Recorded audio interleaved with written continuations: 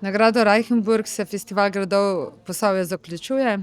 Zaključili jo bomo s prav posebno interaktivno gledališko predstavo v izvedbi Nika Škrleca.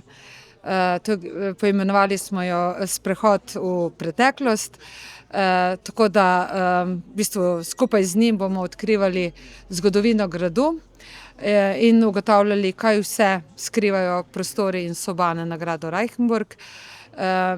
V bistvu je ta program del srednjeveške trilogije, ki jo letos izvajamo tudi na gradu Reichenburg prvič.